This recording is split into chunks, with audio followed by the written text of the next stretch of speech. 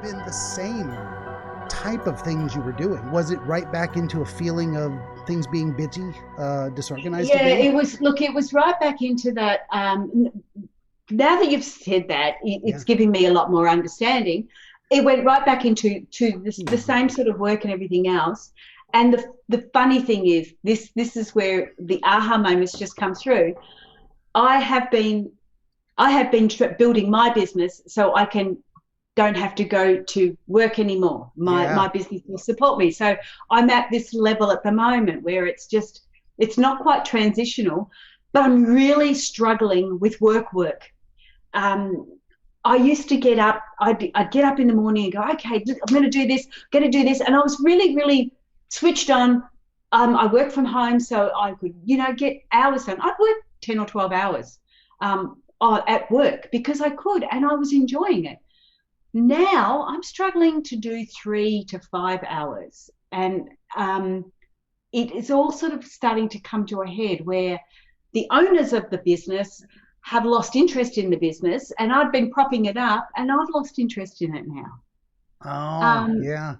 yeah, so I feel Interesting. like it's if we're going along those paths, I feel like it's the intuition, the head, the dream saying this is the work you're doing. Is that really where you want to be?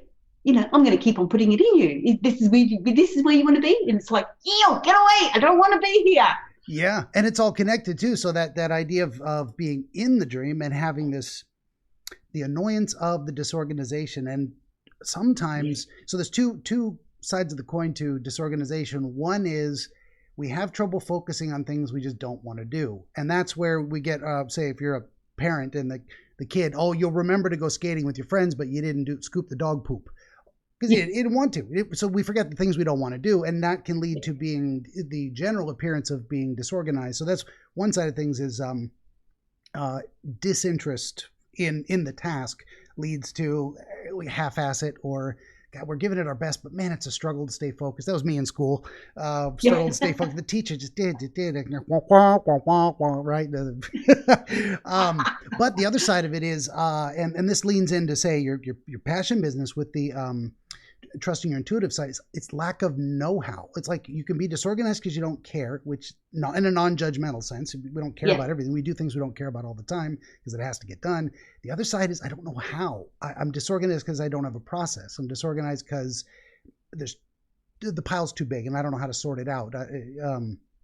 So there can be two things there, and then you get both of those things happening at the same time. I don't want to do this, and God, it's a awful mess in here, and I don't even know where to start. And then that is a recipe for frustration that would probably come out in your Yeah. dreams too.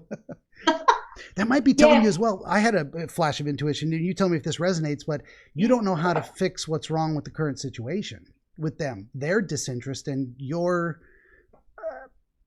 it's like you can't solve their problem for them. Is that making sense? Am I onto something there? Absolutely. Yeah. Absolutely. Yeah. I can't make them interested if Mm-hmm. they're not interested.